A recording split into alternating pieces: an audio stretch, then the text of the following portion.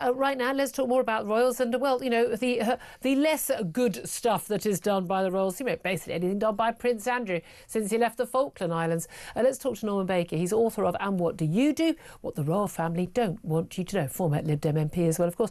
Good morning to you, good afternoon to you, Norman. Well, morning, I think, because I've not had lunch yet. But okay, that still counts as morning then, doesn't it? Now, obviously, you know, the King doing the good work that royals do, you know, bringing communities together and showing concern after a horrific terror attack, obviously.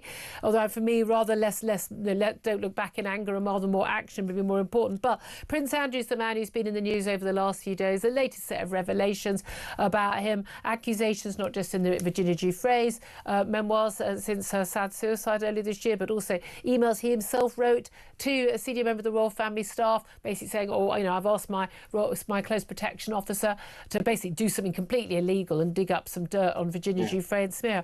What do you make of these allegations, the latest we've heard, and his ongoing friendship with Jeffrey Epstein, way past when he'd said it was over, and indeed Sarah Ferguson, and the urge to have all of his titles stripped, including even the Prince title?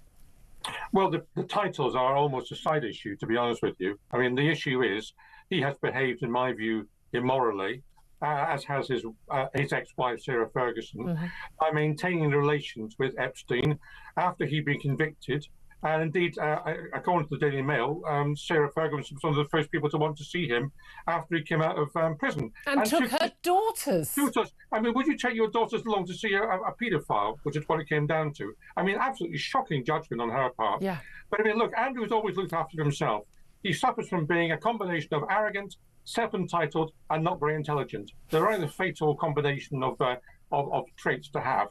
This is going to get worse. Let's be quite clear about this. More and more is going to come out of the US Congress about his links, and indeed others perhaps in British and American society, key people, and it's not going to go away. Charles was allegedly putting pressure on him to give up his titles, and we think actually told Andrew if he didn't do so voluntarily, he would get back Parliament to act and take the title away. Parliament can still do that, of course. But this goes way beyond Andrew. This goes into how the royal family operates, Julia, because, when did the Queen, the late Queen, when did William know about all this? This is it. Because we know the close protection officers would have been with Prince Andrew when he went to visit and stay at the house for 4 days of a convicted, child sex offender, effectively, and then prostituting, for children, underage girls, and they would have known all the background. Everyone knew at that time, and then they carried on with this relationship. They would have seen that and known that.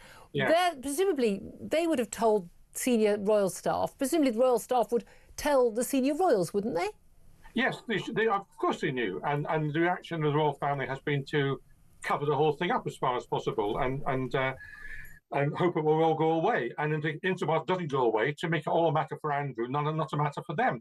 So there are questions to be asked about who in the royal family knew what, when. And that's where the story, I think, is going. On the royal protection officers, let's go back to 2001, when he was allegedly at that Pizza Express in Woking, London, as it may seem, as you said on the BBC interview with Emily Maitris.